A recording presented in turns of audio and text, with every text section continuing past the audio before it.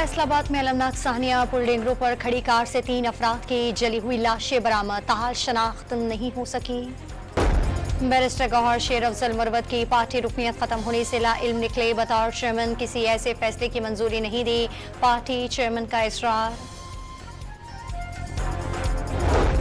बिजली के भारी बिलों और टैक्सों की भरमार के खिलाफ जमात इस्लामी का नवे रोज भी धरना, हुकूमत से मुज़ाकरात का तीसरा दौर ना हो सका, जमात इस्लामी का आज कराची में भी धरना देने का ऐलान।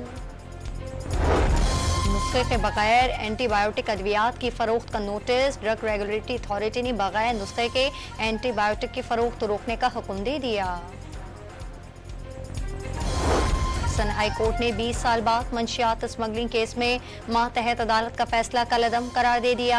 अदालत ने मुल्जिमान की जायदाद जब्त करने का हुक्म सुनाया था।